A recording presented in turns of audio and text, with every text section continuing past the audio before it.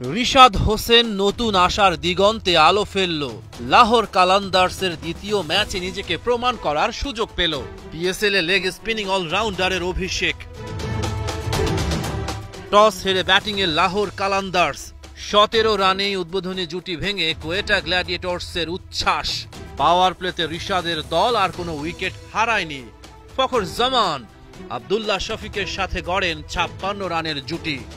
30 বলে ফখর পূরণ করেন 50। 39 বলে 67 রান করে আউট তিনি। শেষ দিকে স্যাম বিলিংসের তাণ্ডব, 4 ছক্কার উৎসব। মাত্র 19 বলেই 50, 4টা করে 4 আর ছক্কা হাঁকিয়েছেন তিনি।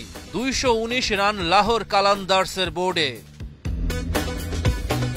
জবাবে শুরুটা ভালো করতে পারেনি কোয়েটা। শাহিন শাহ আফ্রিদি পঞ্চম বলেই পেয়েছেন উইকেটের দেখা। মাত্র 1 রান করে আউট সাউদ শাকিল। পরের ওভারে আঘাত হানেন আসিফ আফ্রিদি।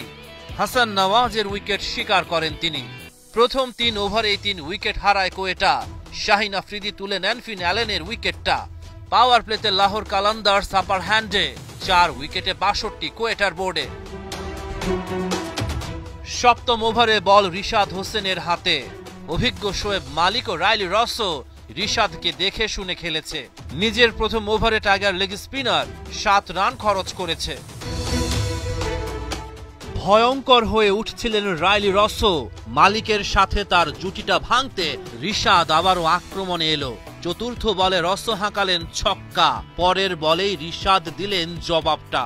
সেরা অস্ত্র বের করলেন রিশাদ। দুরন্ত এক মুহূর্ত, কুইকার গুগলি। রসো পরাস্ত। বল স্টাম্পে আঘাত হানল রিশাদ। 19 বলে 44 রান করা রসোর উইকেট শিকার করল। পিএসএল অভিষেক উইকেটটাকে স্মরণীয় করে রাখল। অভিষেকেই রিশাদ হোসেনের বাজিমাত। নিজের শেষ ওভারে আবারও হেনেছেন আঘাত।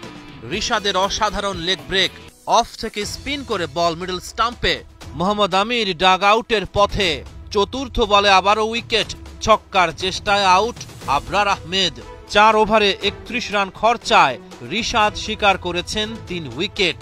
রিশাদ হোসেনের দুরন্ত বোলিংয়ে লাহোর কালান্দার্সের জয়। রহমান পেয়ার 71।